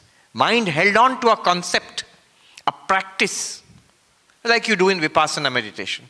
Sit quietly, notice the in-breath, notice the out-breath, uske baad again in-breath, again out-breath, uske baad again in-breath, again out-breath, 10 din tak karo. That is Sakshi Bhava. It is generated. But when you are not doing it also, then also, right now, when you were in Sakshi Bhava, consciousness was there. Now you are asking this question, you're quite involved with the world and active. Is consciousness here and now? Yes. And is it the same consciousness or not? Yes. That is the real Sakshi. Then this question you have, whose question is it? Is it the mind's question or is it the question of consciousness? It's the mind's question. Mind's question.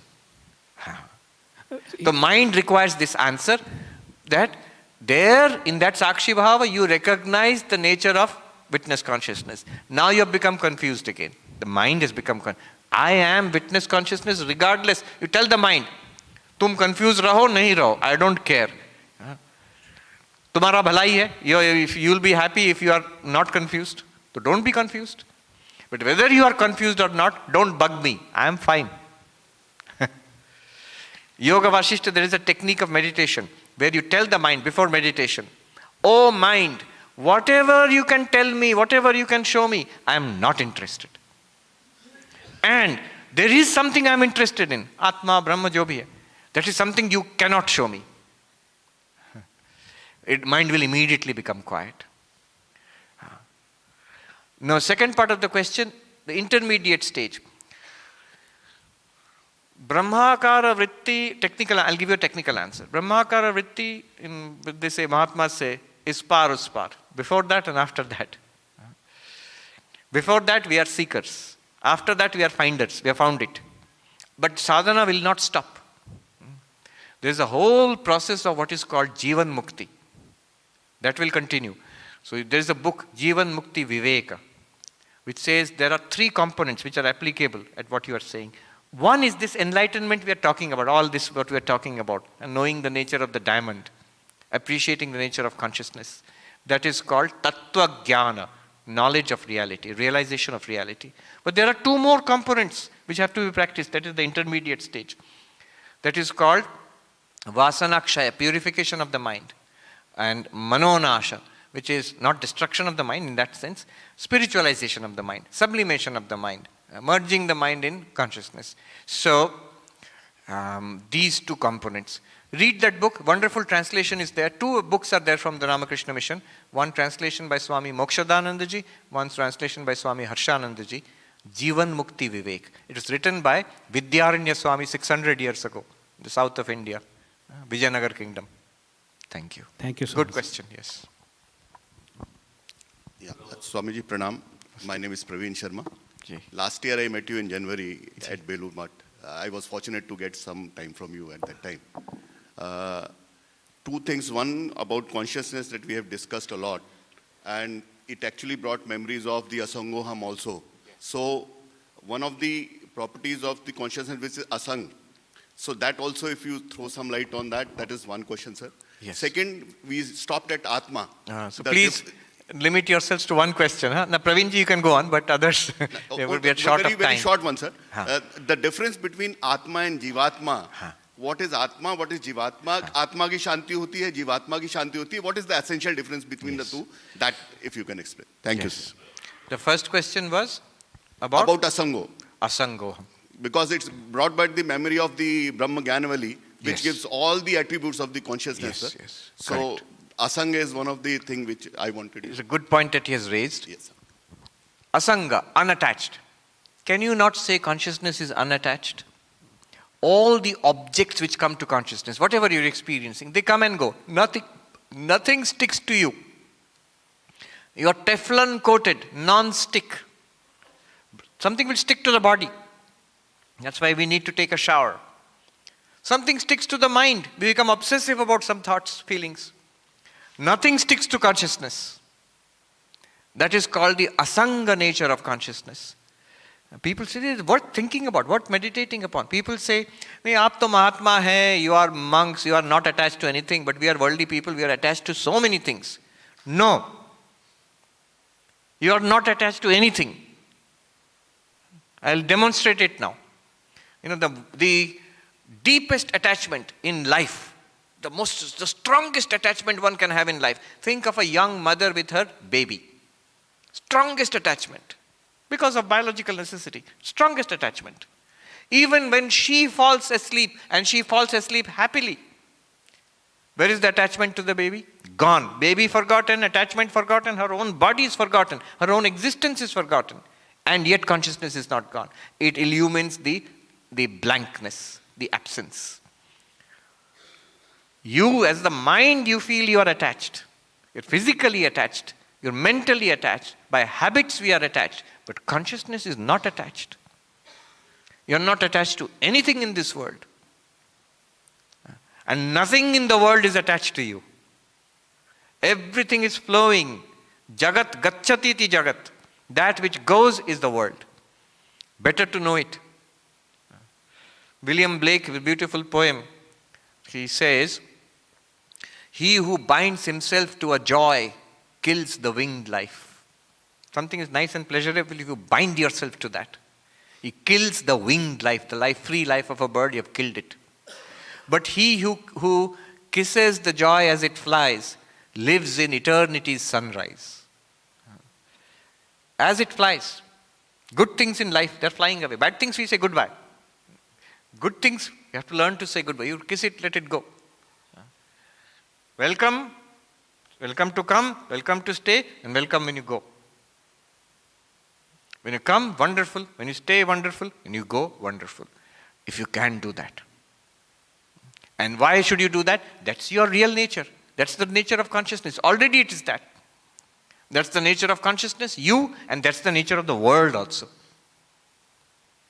If we acknowledge it, then we are living in reality. If we don't acknowledge it, we are living in delusion. The world doesn't care about our so-called attachments and attractions. Consciousness does not care about our so-called attachment and attractions. You are trapped. If you are attached to something, you'll be crushed. So, yeah. The second part of the question was? Atma and Jivatma, the consciousness and yes. the reflected the consciousness. Same consciousness, you're right. Reflected consciousness in the mind, attached with the body, mind, senses, that is called Jivatma. So the Jivatma is that which is consciousness reflected in the mind, inhabiting a particular body. When this body dies, what happens? The same mind with the reflected consciousness migrates to a different body. When your device is destroyed, your iPad, whatever, it stops working, if your data is backed up, you can get a new device and download it. You'll be fine. This is a sort of rough example. So the idea is, the subtle body, the mind, the information is safe when the body dies, and that is sort of downloaded into a new body. A rough example. This is something, one sadhu said, punarjanma. ये बहुत गंभीर सिद्धांत है Mahatma ji, one sadhu said. Buddhists and Hindus totally disagree on many things. You say we worship God, Buddhists say what God? I mean, just last week I was in the Vatican. Jews, Muslims, all varieties of Christians. I was there, Hindus. The Buddhist monk, I made friends with him. He is a very well-known Buddhist monk from Cambodia. He said to me after some time, separately, we're walking in the streets in Vatican there, old city of Rome. And he said to me, "Can I tell you something? Please don't mind." I said, "Yes. All of you are talking about God. I don't believe in God." True, he's a Buddhist. Why should he believe in God? We differ on so many things. I said so many things, the Buddhists will attack all of these points. But one thing we agree upon, punarjanma, karmavad, reincarnation and karma, that all Hindus, all Jains, all Buddhists, all Sikhs, the Indian religions, Indian points, they all agree on this. So what is it that goes from body to body? So Americans have this concept. One Christian church is there. They're called born-again Christians. I saw a cartoon in US. One Indian is talking to an American. The American is saying, I'm born again Christian. The Indian is saying, I am a born again and again and again and again Hindu. Born many times. So it is the Jivatma which goes from one life to another life to another life. The Atma in Advaita Vedanta is always constant, like the sun shining in the sky. You are safe. Always. All of us. All the time. This is a Advaita Siddhanta. Next person. Oh, you have 2 lines. Yes. So I have one question. How to remain conscious while performing karma yoga? How to remain conscious while performing karma yoga. Now, after all this, what we studied now in the last 1 hour or so, we will change our vocabulary. Our vocabulary, when you say consciousness, in Advaitic sense, consciousness is always there. There is no question of how to remain conscious. Suppose you are distracted, completely forgetful while doing your karma yoga or whatever it is. At that time also, is it not consciousness? Are you not conscious? So, in the way we use in English, to be conscious basically means to be alert. So, what you are asking is how to remain alert during karma yoga. One way which we do is we as monks, we always feel we are serving God. Shiva Jnana Jiva Seva. Shiva Jnana Jiva Seva is we are serving God in all human beings, all sentient beings. Now when I am in presence of a sentient being, or presence of a human being, if I honestly believe God is there, I will be alert. In the presence of God, imagine, in the presence of an important person, you are so alert. You are relaxed among friends. But if Director Saab is present in front of you, you will be a little more alert. If Modi ji is present in front of you, more alert. If God is present in front of you, then imagine. But Vedanta Karma Yoga is saying God is in everybody. So if I am truly doing Karma Yoga, the sense of the divine presence will keep me alert. Practically, suppose we forget, doesn't matter. Don't stop doing it. Whether it is Karma Yoga, Bhakti Yoga, Raja Yoga, Vedanta, Jnana Yoga, keep on doing it. That alertness will come in time. Thank you. प्रणाम स्वामी जी, मेरा नाम शुभम है और मेरा एक question था जो as a science student हमेशा आता है कि लाइक जो कॉन्शियसनेस है वो लाइक नेचुरल इवोल्यूशन के थ्रू आया पहले या फिर ये डिवाइन चीज़ है जो स्पिरिट थ्रू हुआ है बाकी लोगों में, और ऐसा क्यों होता है कि कॉन्शियसनेस है जो लाइक ह्यूमन लाइफ है, इसमें बॉडली चीज़ें बॉडली फीलिंग और एक्सपीरियंस ज़्यादा इफेक्ट करते हैं और कॉन्शियसनेस के लिए हमें ज़्यादा वर्क करना पड़ता है. Right. 2 questions. Did it first come in human beings? Is it something divine? No. Even forget Vedanta. Even generally it is recognized that at least all higher animals are conscious. All higher animals are conscious. यहाँ तक तो अभी debate चल रही है AI conscious है कि नहीं. I saw worldwide interest in AI, but maximum I'm seeing in India. Somebody told me, I said, यहाँ भी AI. अरे स्वामी जी क्लास 6 में भी AI इंट्रोड्यूस हुआ है अभी. So I think we are far ahead of the game, at least in our, we are awake to AI. Now, is AI conscious? Now, my view is it is not conscious. And generally I've got some arguments to show that AI is not and cannot be conscious from a Vedantic perspective. But I was seriously challenged. I told you about that conference. So there was a gentleman there who is one of the leading AI researchers of the world. He is the guy behind the Gemini AI of Google. He's the lead research, he's the head of research for that Gemini. He strongly challenged me. And many of the arguments which I gave everybody. He had powerful counter arguments. He cut it down. So he is one of the co-authors of that paper. 3 worldviews of consciousness: quantum theory, Advaita Vedanta, quantum theory, and AI. If you search, you can find it. It's in a magazine called Noema, N-O-E-M-A. 3 worldviews of consciousness. I think you can Google, it's freely available. तो उनका एक argument था. He's saying that even AI can be conscious, he says. And he used my Vedantic approach to show that AI is conscious itself. Anyway, so I'm backing up here and I'm saying that it is generally accepted, not only human beings, but all higher animals at least are conscious. And in fact, you go a little further, all living beings have consciousness. Our Jagdish Bose also showed how there's a kind of plant consciousness. Now they are talking about panpsychism. One of the number of the 325 theories of consciousness is not only living beings. Consciousness is all pervading. It's called what is called ubiquitous. It is everywhere. It is just manifested in living beings. It is channelized through brains and nervous systems. But otherwise, it is a fundamental reality of the universe. David Chalmers said, how does science progress? When do you say there is a new fundamental force? When you cannot integrate it with others, when you cannot reduce it to more fundamental forces, then you have to say that this is a fundamental feature of the universe. If you are unable to explain consciousness through brain and nervous system, then at one point we may have to admit consciousness is irreducible. It's a fundamental feature of the universe. That is not Vedanta, it's panpsychism. And this is David Chalmers speaking, by the way. If you Google top 10 philosophers of the world today, his name will surely come up. So, yes. But in our case, consciousness is combined with a highly evolved mind. Our minds are mind and consciousness are different. That's the speciality of the human being. The second part of the question was? Like normal human life में bodily feeling और experience ज़्यादा affect होता है ना कि consciousness. You're right. Two things. One is, क्योंकि our level of thinking and training is वही स्तर पे है, because we are very physical.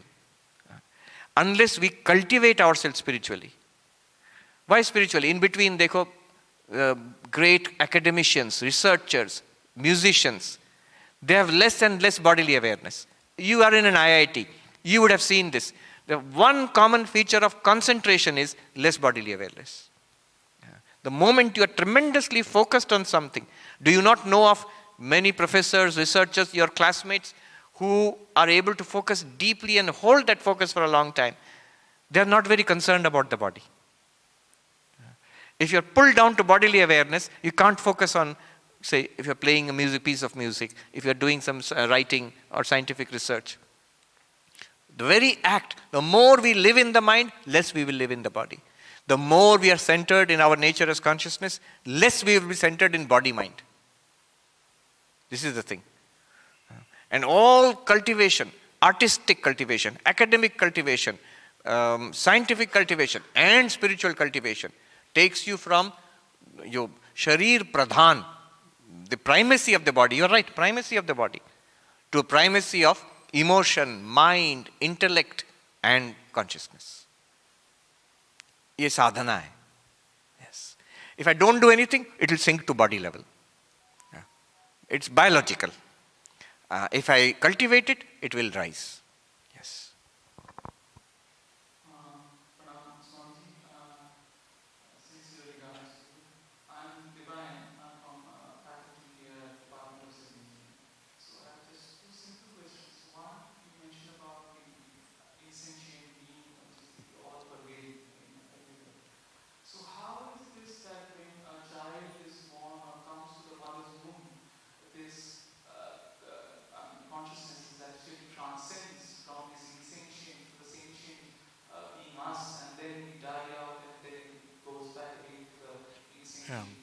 So the question, let me just respond to that. These are big areas of debate. Basically, let me reduce the question to this. If there is one fundamental consciousness, which I did not come to, but that's the position of Advaita Vedanta. I did not come to that. I stopped at Sakshi. If that is true, then how does it come to be separated in all of us? And how does that one pure consciousness become consciousness in the mind and the senses? Advaita Vedanta has its own, not one, but three models of that. One is called, the names themselves will tell you what is the theory. Limitation theory, reflection theory, and false reflection theory. So these are all models of how consciousness can be in the mind. And once it is in the mind, it will become separate, because bodies and minds are separate. The whole problem is, how is one impersonal consciousness, how does it become variegated in so many bodies and minds? So one theory is reflection theory. In Sanskrit, Pratibimbavada. That's one of the schools of Vedanta. Post-Shankara development. So they say it's like reflecting your face in the mirror. So when you are in front of a mirror, what happens is you see the face there. Now notice, it's a beautiful example. The original face, this one, I cannot see. But reflected face, I can see. But the original face is my real face. It is the original face. The reflected face is not my real face. Then also, the original face has no connection with the mirror. But the reflected face is entirely dependent on the mirror. Now, he says, now connect it this way. Let the mirror be the mind.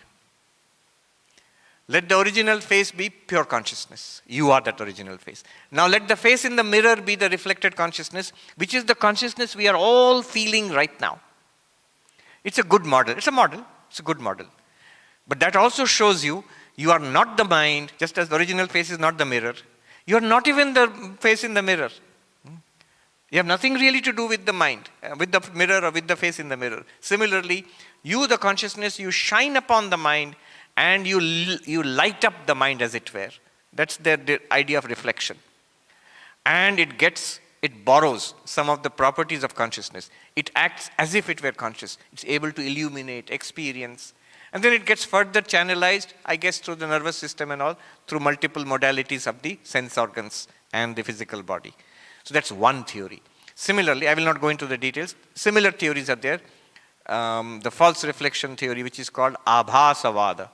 Vidyaranya Swami held that. There's another theory called Avachedavada, limitation theory, which is not a reflection.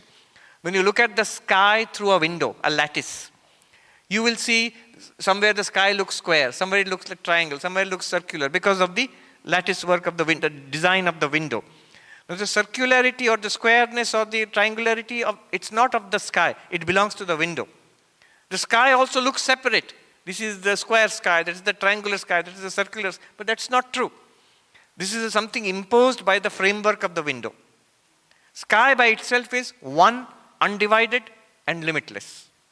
Similarly, consciousness is one, undivided and limitless, but the minds which appear in consciousness seek to limit or seem to limit. In the Gita also, Krishna says something. Consciousness is one and unlimited, but it exists, it appears as if divided. Avibhaktam cha bhuteshu vibhaktam eva cha sthitam. Undivided in all beings, appears as if divided. Undivided in all beings, appears divided. Here, we are divided. Like that. One more question. We will not be able to take all the questions. Yeah. So the question there. Maybe one last question. One question. And Yes. then we stop at the Yes. You please go on. Yes. This would be the last question. Namaste Swamiji, my name is Monica and I'm an alumna of IIT Kharagpur. Yes. I wanted to understand, Krishna in Gita talks about sthita prajna Yes. or equanimity.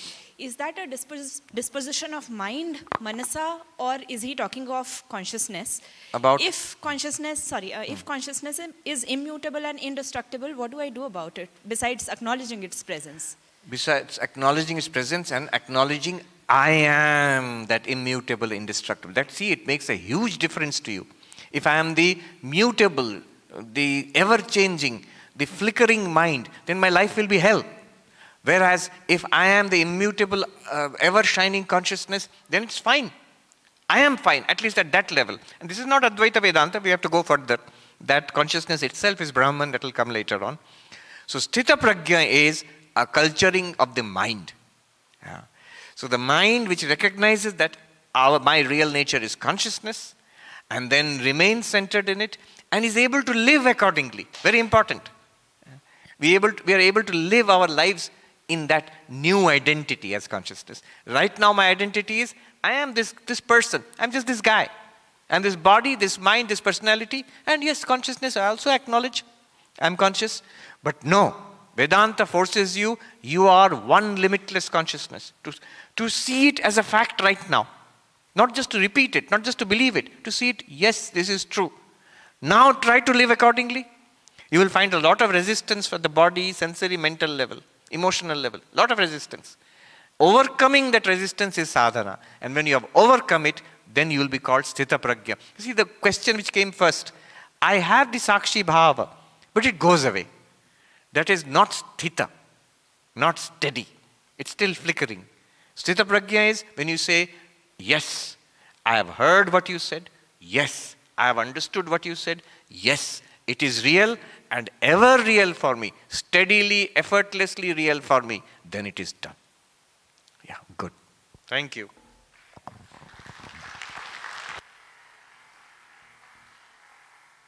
Thank you, Swamiji, for answering all the questions patiently. And due to the shortage of time, unfortunately, we couldn't take all of the questions. And now I would request.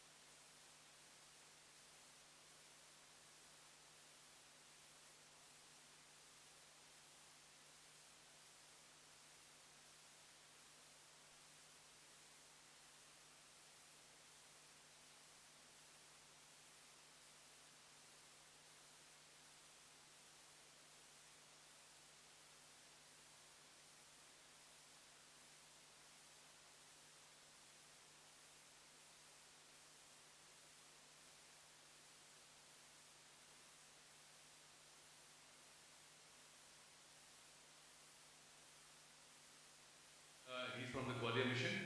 And this actually started before my headship. It's been a long work done by, primarily led by Professor Soumya. And actually, this was also under the previous head, Professor Kanika Bair.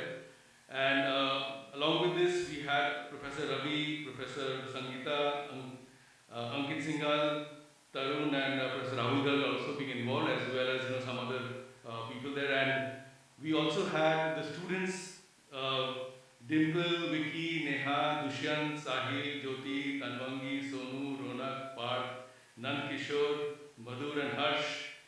Thank you very much to this team for making this possible. I know that they have been working day and night, the last week over this WhatsApp group, and there were many, many messages, and even in the almost nearly at midnight also, I could see messages going back and forth, them organizing and discussing things. And thank you very much, the audience, everybody who's come here, faculties, friends, guests, students. Thank you very much for your presence here. Thank you.